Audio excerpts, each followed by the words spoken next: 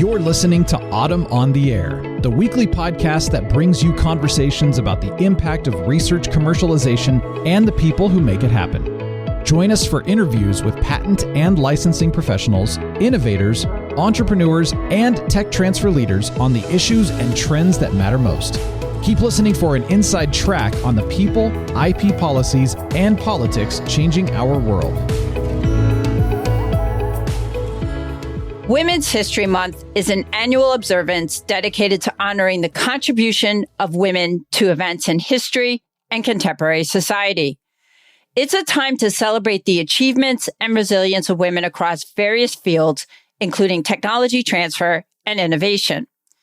Throughout history, women have played pivotal roles in shaping our world through their groundbreaking inventions, pioneering research, and entrepreneurial spirit. Despite facing systemic barriers and gender biases, women have persevered and have left an indelible mark on the tech transfer landscape. Today, we're talking about the history of women inventors and their profound impact on innovation. And who better to guide us through this exploration of women inventors than our guest today, Rebekah Oates, historian at the U.S. Patent and Trademark Office. With her expertise and dedication to preserving historical narratives, Becky is uniquely positioned to shed light on the stories of women inventors and their lasting legacy. Welcome, Becky. I'm so excited to have you here on the air. Thanks, Lisa. I'm very excited to be here. Well, I'm really excited about today's conversation, and I think we have a lot of really great things to talk about. So let's kick things off with me asking you, can you share with our listeners why it's so important to highlight the contribution of women inventors throughout history? Absolutely. So there's a very common saying, necessity is the mother of invention. And studying inventions throughout history really proves this to be true because it gives us a unique window into what was important for society at the time and the major questions that they were trying to solve. The vast majority of inventors throughout history did not invent merely for the sake of inventing. They were trying to solve real problems and make life better for people around them. And I think that's especially true of traditionally marginalized groups like women. So the stories themselves, we can use them to gain insight into how women were applying their unique perspectives to problems. And the stories are just inspiring. So aside from, teaching us very vital lessons about the history of our country, we can also find cases of women in different industries and backgrounds who overcame challenges and made a difference. And that really matters to us today because many inventors are trying to do the same exact thing. And finally, these stories are often really relatable. I find it's much easier to connect with the past when we do so through the lens of someone who looked like us or had similar experiences or faced similar problems. So by delving into not only the trends of women inventing more broadly throughout history, but their individual stories and what they faced, we can really connect with past inventors in a way that we would be missing out on if we didn't take the time to do that. Yeah, and thank goodness we have you in your role there at the Patent Office, highlighting and preserving all these for us. And, I do want to ask you, when you're exploring the archives at the USPTO, what fascinating stories have you uncovered about pioneering women to start with, particularly pioneering women inventors that may have been overlooked in the mainstream historical narratives? Yeah, so two of the things that really surprised me when I started digging into this work, because before I worked at the USPTO, I was a trained historian, but I didn't have a background in the history of innovation in particular. So like many, I think, probably listened to this podcast, when I learned about inventors, I learned about people like Thomas Edison and Alexander Graham Bell, and it didn't really go much beyond that. So if you'd asked me to name a woman scientist or a woman doctor throughout history, I could have easily done that, but a woman inventor, I would have struggled with that question, even as a historian. So some of the things that I've really been drawn to in my research is that a lot of our daily conveniences and technologies trace back to inventions patented by women. So the very fact that I'm able to talk to you through a computer screen right now, we're in two different locations and we're able to easily have this conversation is thanks to an inventor named Marion Croak. Windshield wipers, Bluetooth technology, the dishwasher. So things we use on a daily basis, they all trace back to inventions created by women to solve problems in their time periods. And then another aspect that I found really fascinating about the history of women in innovation in particular is the phenomenon of women inventing for other women. So a lot of times I think we we kind of make a little bit of the mistake of treating some industries as more important than others. And that's through kind of a societal lens. Oftentimes in the past, that was through a lens that was particularly male focused. But women throughout history have recognized that there were gaps in the market. There were gaps in what technologies were available that they would have used on a day-to-day basis. And their inventions really center around, in a lot of cases, center around those technologies. So they're offering their unique perspectives on things that other women would need, and making a success story in the marketplace because they were uniquely positioned to understand a problem that many of the dominant manufacturers or business people at the time were not. Now, Becky, I wanted to ask you, throughout history, women have faced systemic barriers to patenting and recognition for their inventions. Can you shed some light on some of the legal and societal challenges these inventors encountered and how they managed to navigate those? Absolutely. So in the United States, we're primarily dealing with societal barriers. So the patent system in the United States was theoretically pretty democratized. Anyone who was a U.S. citizen at the beginning and then later on, basically anyone who paid the fees and followed the directions and had a novel invention could receive a patent. But there are a lot of societal barriers that make this not necessarily as easy for certain groups of people, women included, in history. So many women, as I mentioned, are inventing to solve a problem. And in a lot of cases, they're not necessarily initially seeking patent protection. They're trying to solve a problem for themselves or for their communities. But those who did faced an uphill battle getting their product to market. So even if they were able to receive a patent either on their own or find a lawyer who is willing to represent them, which itself could be a barrier. Manufacturing throughout much of U.S. history was a very male-dominated field. They're facing a lot of challenges trying to actually get their product out to the people who need it.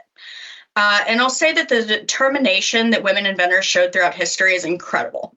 So many of these women have the experience of being the only woman in the room, and they overcame that. And through their success actually paved the way for other women to do the same. So if a woman was successful at a university, that university would consider admitting other women to the program. Same thing with businesses. A lot of these trailblazers kind of faced this undue pressure of having to be perfect, which I think is something a lot of women today can still relate to. It still happens a lot today. I completely agree with you on that point. A lot of these women are keenly aware that they have a perspective that's vital to their industries advancing, and they use mechanisms like the press and advertising to advance that as well. So they also use the patent system as a tool. So not only was their invention protected with a patent, but the patent was proof that their invention was contributing something new and novel. So in many cases, you have some cases where women try to hide their gender, hide their identities, but in other cases, they put that front and center and say this was invented by a woman because we have a better understanding of this industry, and we want to and the inventors really wanted to make sure that people knew that when their product was brought to market. As a historian at the USPTO, can you share some notable cases where women inventors challenged gender norms and reshaped perceptions of what women could achieve?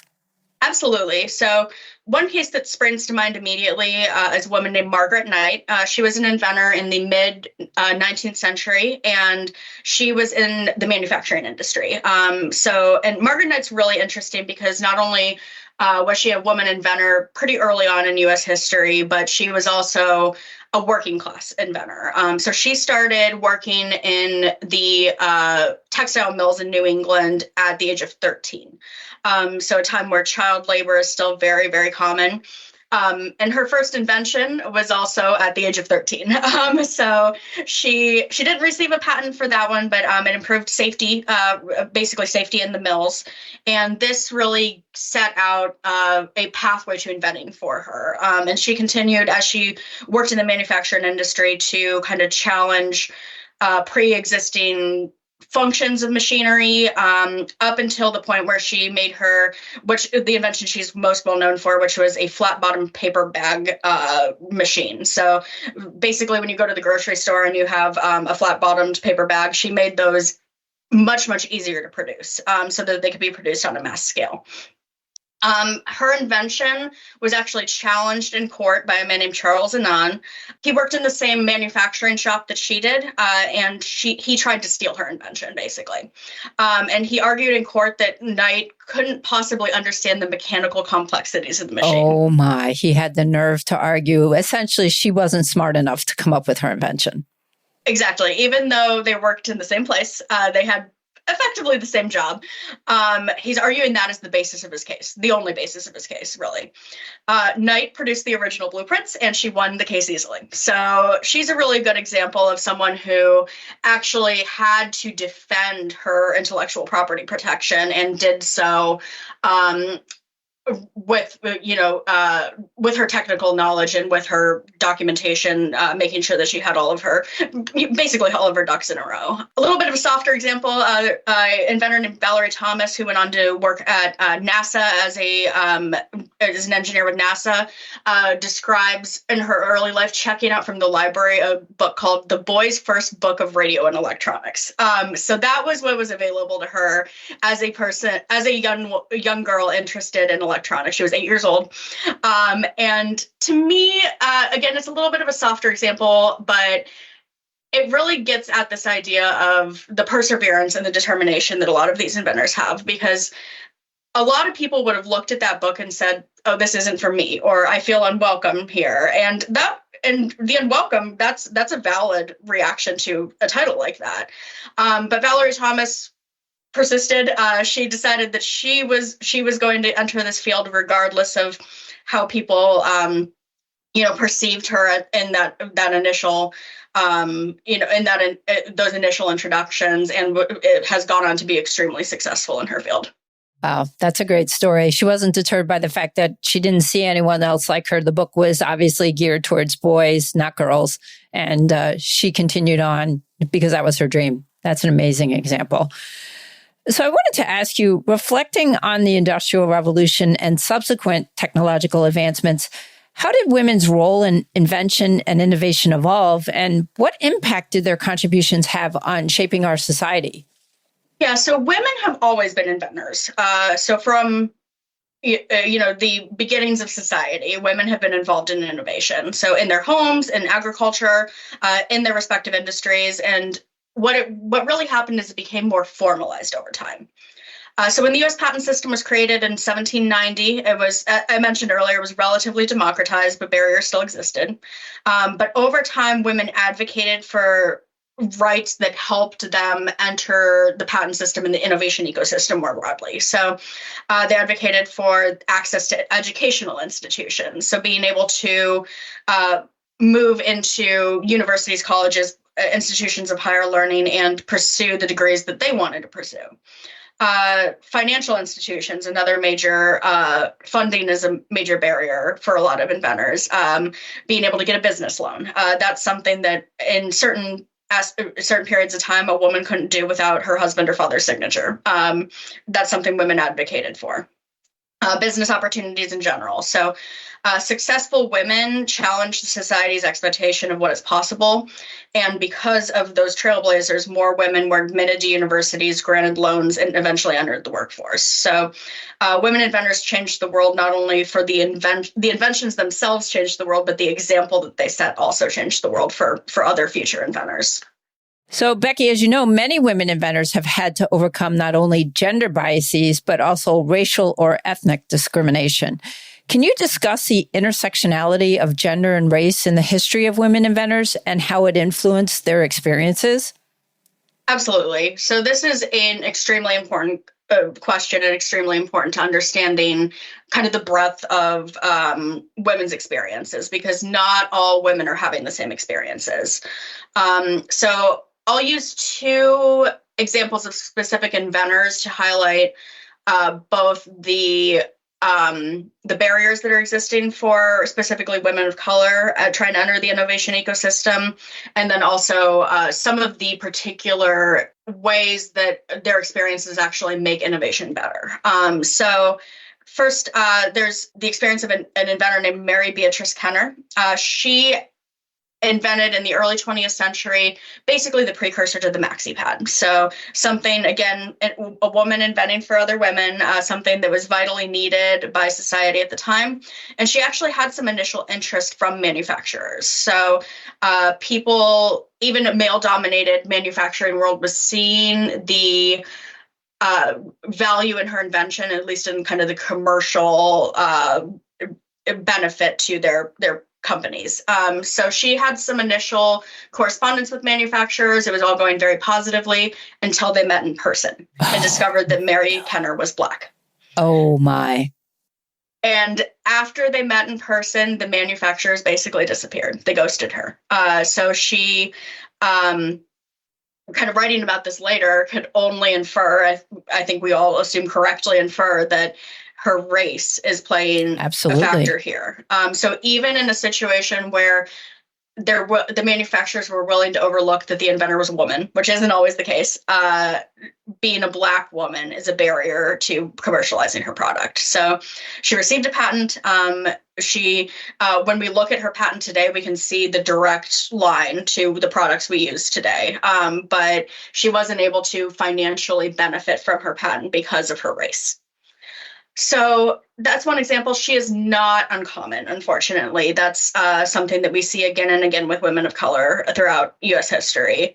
Another example, kind of on the more positive side, where we're looking at how someone's experiences within their community and with their racial background actually benefited innovation. Patricia Bath, who was an ophthalmologist, she was one of the first Black women to be inducted into the National Inventors Hall of Fame a couple years ago. She is most famous for inventing the laser phaco probe, which revolutionized cataract surgery. But she also invented an entire field of medicine, community ophthalmology, which basically looks at societal factors to try to prevent occurrences of disease through kind of constant care and doctor's visits, checkups, things that we all recognize are vitally important to protecting disease today. And the reason she invented this is because in her community in Harlem, New York, where she served her residency, she noticed that the Black community within New York City had a much higher prevalence of eye issues than her white patients. So she recognized a need that others hadn't, and found a solution through this community ophthalmology so that could be improved on in the future. Now, Becky, we often hear about famous male inventors, but at the outset of this podcast, you named several of them, actually. They're the ones that turn up in history books we learn about in school. So I'm curious, what efforts have been made to ensure that the stories of women inventors are preserved and celebrated, particularly within educational curricula and public discourse? Fantastic question. So I think Women's History Month itself is a great example of this. So we have a month kind of dedicated to highlighting stories of women throughout history in different fields. And, and this has become something that a lot of people ranging from government agencies to companies to school systems are engaging with. And of course, women should be celebrated. The history of women should be celebrated 365 days of the year. But having a dedicated month is a step towards getting us to that point where women's history really is integrated fully into how U.S. history is taught, which we still have some work to do on that front. We've come a long way. We still have some work to do. Another trend I've just noticed in the field, when I was in grade school, a lot of times women's history or Black history or any historically marginalized group, it would be segregated in the textbook. So you'd have your main article on the Industrial Revolution, and then there's a little box right in the corner that talks about a woman who did something cool. And we're moving away from that, luckily, because it was important. It's at the time, it was at least an introduction. It was a highlight, but we're moving towards integrating that narrative more fully into quote unquote the main narrative, because it is. It's all part of the same story. Some of the things that I've seen kind of specific in the field of invention, I've seen, for example, the National Inventors Hall of Fame, which is our close partner at the USPTO.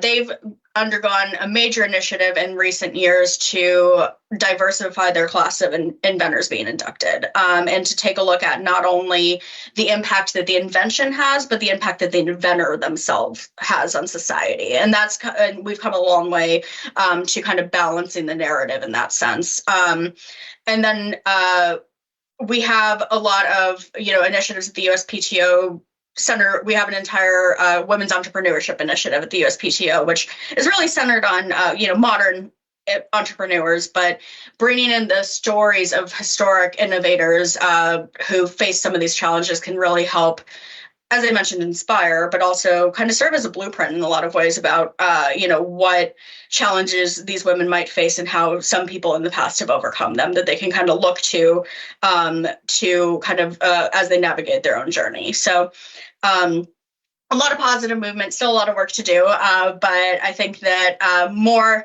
and more people are looking for stories like this, and understanding the representation is really important, and trying to bring that representation to people when they talk about invention more broadly.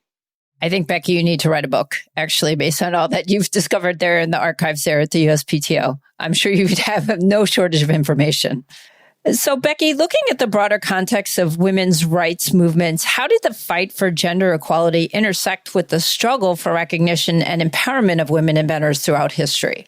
That's a fantastic question. And this is something that, again, it surprised me a little bit when I first started doing research, but in retrospect, it shouldn't have surprised me at all. And that's when you look at the Venn diagram between women inventors and people who were involved in the suffrage movement in the late 19th century, early 20th century, it's basically a circle. And I don't mean that lightly, not everyone was, but there's so many women inventors who were very heavily involved in the suffrage movement. And I think that really ties into this idea of solving problems, making the world better, setting a path for those who come after, which are all trends that we see with inventors throughout U.S. history. So just to give a couple of examples, Anna Keachline, who was an architect from Pennsylvania, she invented what we call now the K-brick, and it was basically a kind of a more efficient kind of architectural foundational piece for specifically homes. She did a lot with homes and smaller structures. And Anna Keachline was involved in her local suffrage movement in Bellefonte, Pennsylvania, but she also advanced the idea that women were uniquely suited for building homes because women understood how homes functioned better than men. So she's taking kind of her experience as an architect and applying it to not only her field, the patents that she's getting, but also applying it more broadly to how women can contribute to society. There's another example, a woman named Lyda Newman. She was a Black woman living in New York City in the late 19th century and invented a hairbrush that had basically a chamber that would catch all of the kind of soot, dust product, which were common kind of in the air in a large city at this time, and was able to be easily cleaned. And she was involved in the suffrage movement as well, which the suffrage movement, kind of leading back to intersectionality, was a lot of times segregated. So Black women were barred from some of the major kind of initiatives and major organizations within the suffrage movement, and kind of ended up creating their own spaces to advance for women's rights. And Lyda Newman was actually in charge of a branch of the suffrage movement in New York City. And one of the things she noticed was that women who were mothers were having trouble joining in on the suffrage events or organizing because they had childcare responsibilities. So she set up childcare within within her branch of the suffrage movement, and that was actually adopted by the larger suffrage movement afterwards. So she's innovating in a very different way than her patent, but she's still innovating and making things better. And so the suffrage movement actually used in women's inventions as evidence of why women deserve the right to vote. So in addition to the inventors themselves being involved, the inventions are evidence. And then you lead to, after women get the right to vote, there's still a lot of structural barriers preventing them from kind of reaching full potential within the workplace. And you have stories like the Frankfurt sisters, who were three sisters living in Texas during the mid-20th century. And they realized kind of through their own experiences with pregnancy that many women were leaving the professional workforce when they were pregnant because they didn't have professional looking clothes to wear. And so this seems like something that always should have been a thing. Yeah, exactly. But they made it a thing. They received patents. They had a registered trademark for their company, and they made fashionable, stylish, practical business clothing for women who were pregnant, allowing them to stay in the workforce throughout their pregnancy. And so that helped women stay in the workforce longer. So these types of stories really show that, once again, women's perspectives are not only leading to patented inventions, but they're also leading to societal change. Now, Becky, we talked a little bit before about famous male inventors in history books. And, we often hear about famous male inventors during wartime as well. Could you shed some light on the role of women inventors during periods of conflict and how their inventions contributed to military or civilian efforts? Absolutely. So I mentioned Bluetooth as one of the technologies that we can trace back to a woman's patent. So if I were to say to our listeners, Hedy Lamarr invented Bluetooth, that might come as a surprise to some. She's actually, I think, has gotten a lot more attention about her invention in recent years. But Hedy Lamarr, yes, that Hedy Lamarr, the actress, invented the technology that our modern Bluetooths rely on during World War II. And so she was brilliant. So her mind, the way her mind worked was, she basically had the idea, but didn't necessarily have the technical knowledge to put it together. So she actually partnered with I believe he was a director or producer, so someone else in the entertainment industry who had that knowledge. And together they developed this frequency stopper that they kind of pitched to the U.S. military for use during the war. That technology was not actually used by the military during World War II, but it is foundational for things like Bluetooth and some of our other satellite technologies today. So she kind of wanted to contribute to the war effort and used her talents to do so. Another inventor whose product was actually used during the war, a woman named Martha Costin. She invented a signal flare that was used for naval ships that was actually used by the U.S. Army during the Civil War. So her technology, again, necessity being the mother of invention, she actually started working on her technology before the Civil War because unfortunately, her husband died and she had young children to take care of, and she needed a source of financial income. So she picked up some of her husband's basically preliminary doodles about this idea for a signal flare, and she made it work. And did the work. Was able to adopt it to be use multiple colors, things that were very useful for a kind of a growing naval force at the time, and the U.S. Navy adopted her technology during the Civil War. So those are just two examples. A lot of women are also contributing to the workforce through their labor at this time, including inventors at the time. So, but those are just two examples of how technology created by women both was used by the military and adapted for civilian use after the conflict was over. Now, I'm curious, Becky, in your research, have you run across any collaborative networks or communities formed by women inventors in the past? And if you have, how have these networks contributed to their success and resilience in male-dominated fields?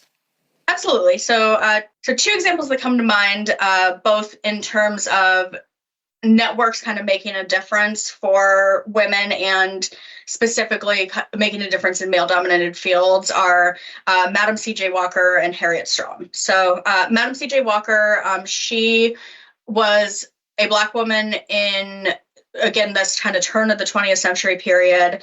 And she noticed that a lot of the hair care products on the market weren't really suitable for Black hair. And so she created her own products. She kind of had personally suffered from, baldness from products that were too harsh, issues with her own hair.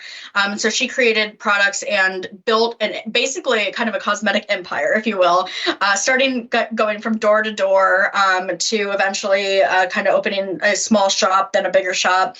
And then she took it a step further. So she, after kind of securing her own commercial success, she wanted to share what she learned with others, both in terms of hair care itself, but also entrepreneurship. So she started a school primarily for other Black women to learn from her, not only about her hair care products, what they could provide to their own communities, but also how she went about building her business. And from that, we can kind of trace many other successful women, including a woman named Marjorie Stewart Joyner, who's now inducted into the National Inventors Hall of Fame, has a patented invention for a method of curling hair. So she is a great example of a woman who is advancing. She's advancing kind of the careers of other women. After she reaches her own success, she's passing that on. And even in her death, she and she'd amassed quite a fortune throughout her lifetime. And even in her death, she willed a great deal of money to a historically Black college and university. So she's kind of advancing that further to make sure that more people have opportunities to enter the to enter kind of the field of entrepreneurship. Harriet Strone's another really good example. She, kind of similar to Martha Costin, she invented because she needed to put food on the table. Her husband died. She had 4 children. She had a failing ranch in a arid part of California in the late 1800s, and she needed to figure out some way to generate income. So she, through kind of a long process, invented an irrigation system that eventually, the underpinnings of that irrigation system led to the system that we have in the American West today, including the Hoover Dam. She knew in her lifetime that her technology had the power to change life in the American West for the people. And she actually advocated up to Congress for some of this irrigation technology to be adapted more broadly. And they kind of blew her off and I think this is another experience that a lot of women have, until a man came along, pitched the same kind of idea, and lo and behold, her technology was eventually adopted. But Harriet Strone also saw the potential for women to innovate in areas where traditionally women were not, permitted or encouraged to. And so she set up networks to train women in business as well. So recognizing kind of the potential of those innovations, and also making sure that other women were able to learn from the lessons that she learned, but also able to be as successful as possible within the bounds of society at the time. Now, Becky, you've given some examples of where some women have encountered resistance, and I'm sure you've probably run across some instances where women face backlash from their male counterparts or even established institutions. Can you share some more instances of those with us and how these women responded to those challenges? Yeah, so one great example, an inventor named Beulah Louise Henry, and she's kind of unique in the kind of trends for women inventors at the time, because she was a inventor by occupation. So she, for example, on the 1930 census, if you look at her occupation, it says inventor. So she made a career out of invention, which isn't necessarily common for women at the time. But she faced a lot of resistance to this in her early career. So before she started being really successful, one of her first inventions and her first commercially viable invention was an umbrella that had snap-on, snap-off covers, so that you could change the color of the umbrella based on your outfit. And this invention At first, manufacturers were unwilling to bite on it because they didn't really see the value in it. And again, male manufacturers didn't necessarily understand the commercial value of the product. She worked very hard to kind of convince them of that. And then they moved on to, oh, well, I don't understand how it'll work. So she basically, out of frustration, after explaining to the umpteenth manufacturer or even patent attorney, she had trouble getting a patent attorney to believe that her invention would work. Basically describes this instance where she stomped it on the stairs of a patent attorney, returned to her rented home in New Jersey at the time, and just went out in her backyard and tried until she made herself a prototype. So this is something that she didn't know how to do. She had to kind of learn on the fly. But with the prototype in hand, she was able to prove that her invention worked. And then she was able to get a patent model builder, an attorney, and eventually a manufacturer to accept her product. So that's one example of would her experience been different if she was male? Would that person maybe have taken it a little bit more in stride that, yes, of course, the invention would work? It's possible, probably probable, but she didn't stop. She didn't give up. She made it happen.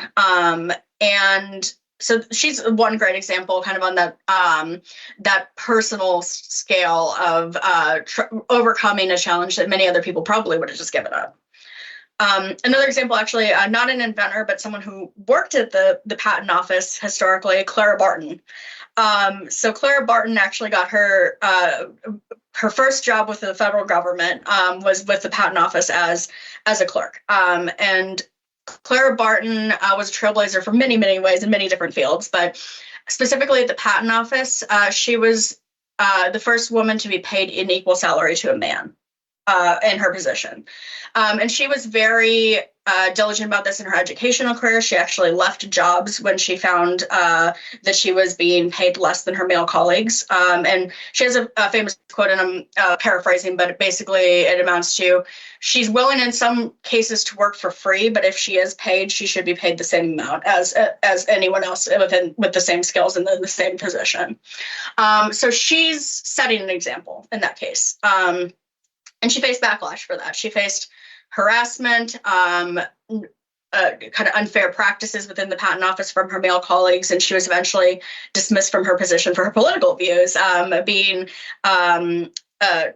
anti-slavery Republican during the Buchanan administration right before the Civil War. So she faced a lot of backlash in her early career, and of course went on to serve as a nurse during the Civil War, found the American Red Cross, but she's taking all of that determination that she shows kind of later and trailblazing for women within the civil service. And that's kind of Clara Barton's a household name today. We see her in our history books, but that aspect of her story isn't as widely known. Oh, no, it really isn't widely known. I didn't even know that. And we just learned about the founding of the Red Cross and her role in the Civil War. So thank you very much for sharing that. And I wanted to ask you now, Becky, with the emergence of new technologies in the late 20th and early 21st centuries, have you noticed any shifts in the type of inventions patented by women? And how have these innovations reflected changes in societal needs and aspirations? Yeah, so that's a really interesting question. And I'd say probably the most common answer you'll get to that question is that women are patenting more.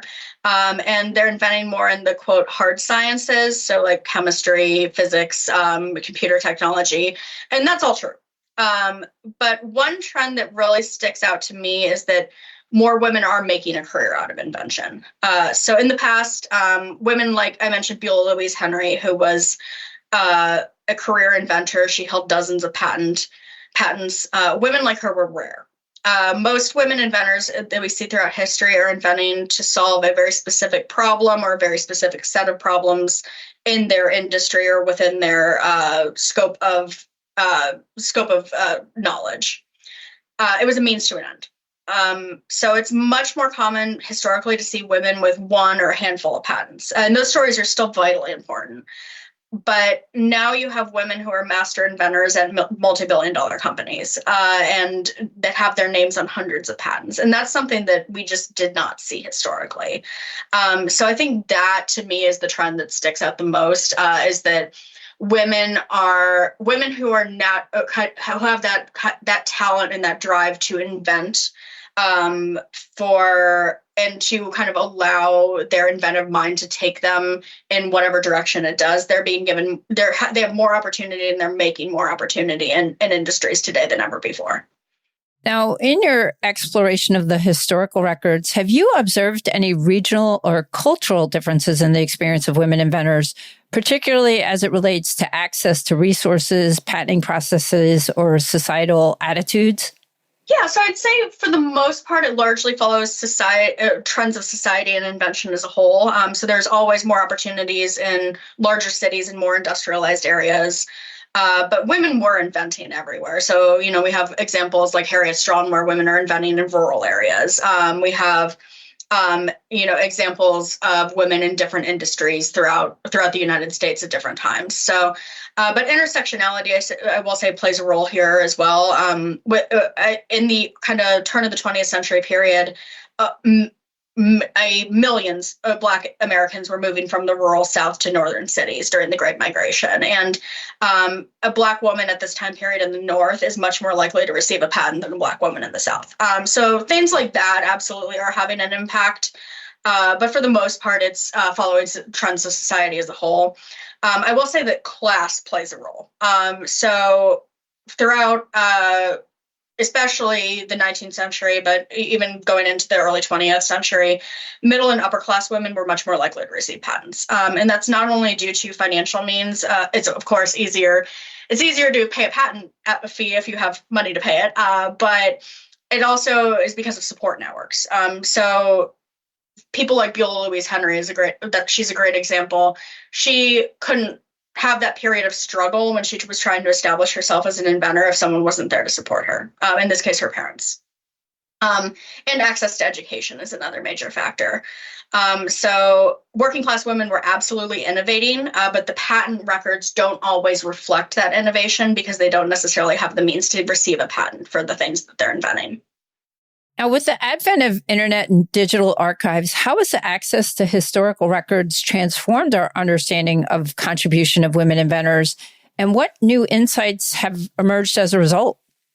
So the digital revolution was a game changer for historians. Just across the board, it made our work in some ways easier because we have access to records that we wouldn't necessarily have all had access to before. But in some ways it makes it more difficult because just the sheer volume of information.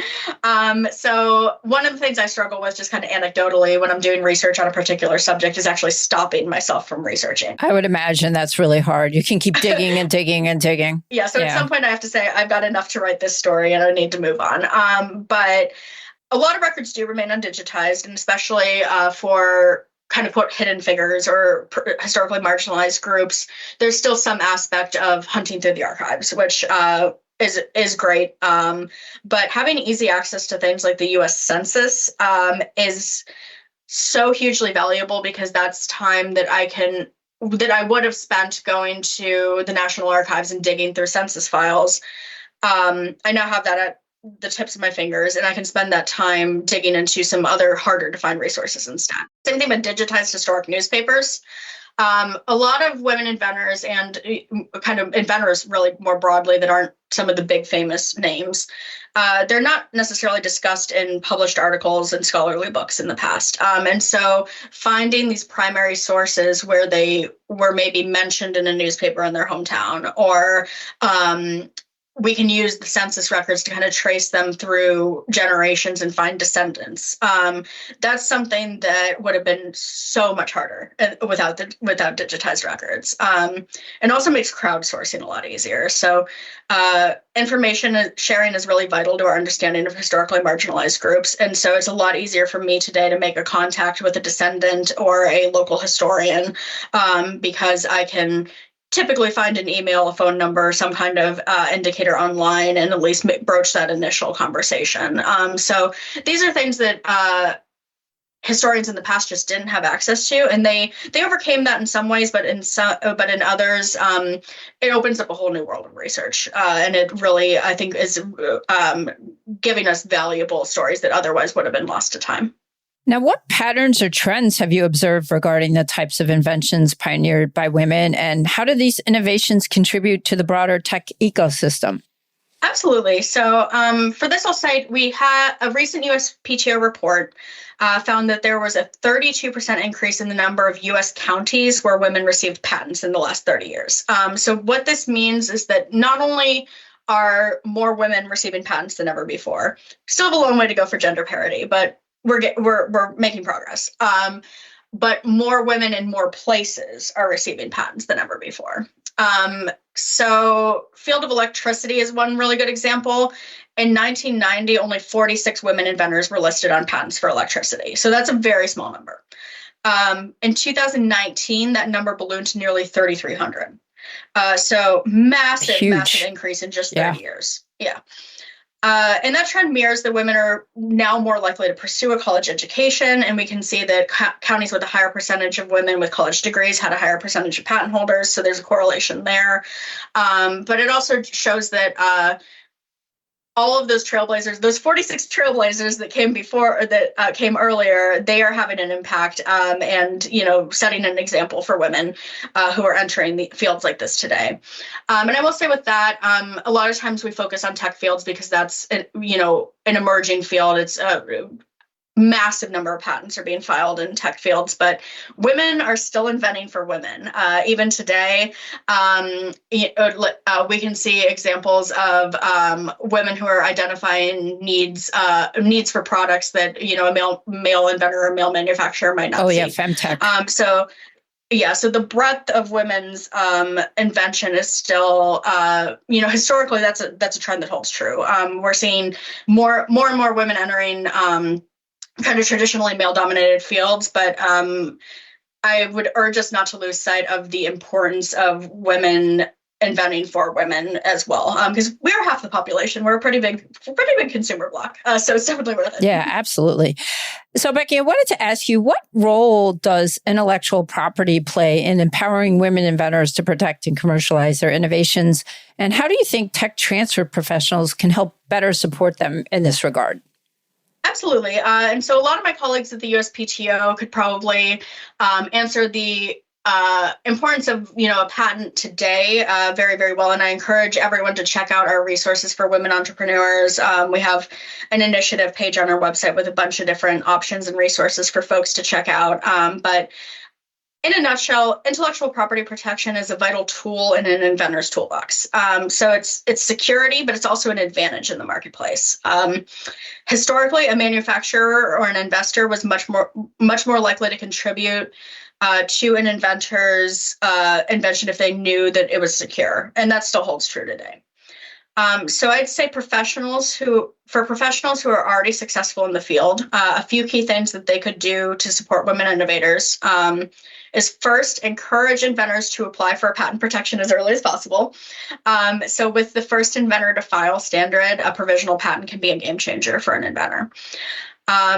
Next, I would say provide mentorship and help with networking whenever possible. We've got a great mentorship toolkit on our website, and mentorship can look like different things. So it doesn't necessarily need to be a years-long relationship. It can be an introduction. It can be some advice, some well-placed advice. And then kind of along the lines with that, even if you're not necessarily the right person to help a particular inventor, try to think of someone who might be able to, and try to give them an introduction or give some advice for their next step. 5 minutes of your time could truly set someone up on a trajectory that changes their lives. So for those who've already been successful in the field, kind of follow those examples set up by Madam C.J. Walker or Harriet Strong, try to kind of pass that on to the next generation of inventors. So, Becky, as the podcast comes to a close, I wanted to ask you, as you look forward towards the future, what steps can historians, educators, and society as a whole take to ensure that the legacies of women inventors are preserved and celebrated for generations to come? Absolutely. So representation is important. When we're choosing someone to highlight, and storytelling is in my opinion, a vital part of communication. It's a vital part of how we understand the world.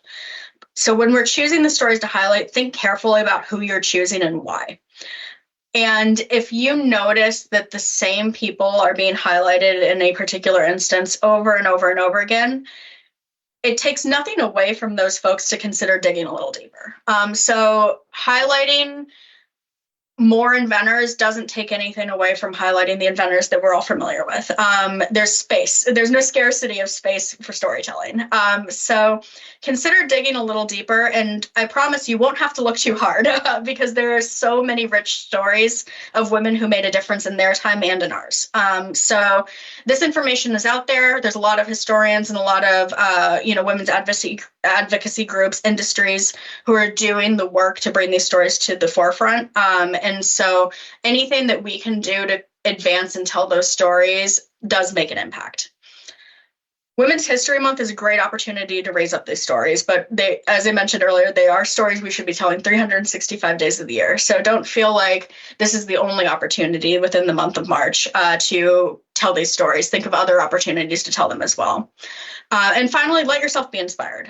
So a lot of times I think we fall into the category of looking at the first, the biggest, or the most important. And I would challenge us to really seek out opportunities to, instead of thinking in superlatives, to think in understanding the motivations behind why an inventor did what they did, delving into their story and learning how some of their emotions, some of the things they went through really can mirror what inventors are going through today.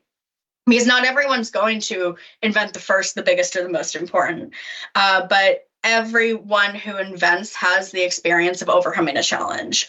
They have the experience of having a drive or a motivation to invent. And those are stories that are reflected in, countless anecdotes and experiences of women throughout history.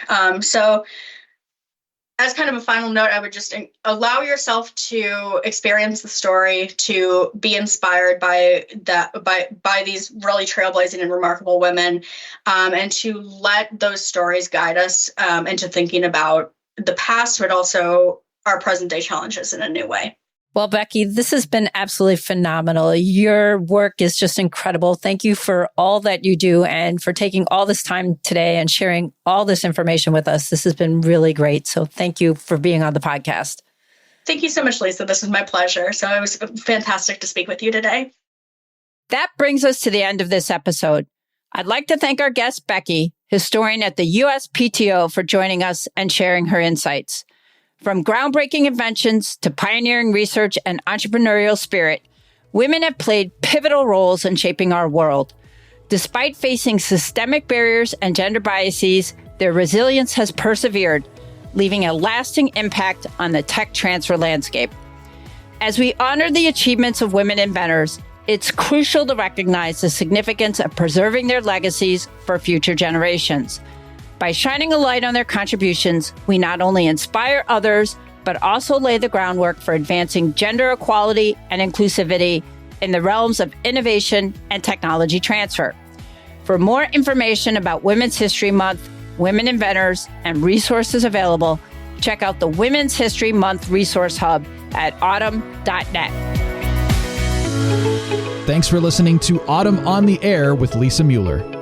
Get social with us and share your thoughts. You can tweet us at AUTM or visit us online at AUTM.net. We'll be back next week on the air. Be sure to join us.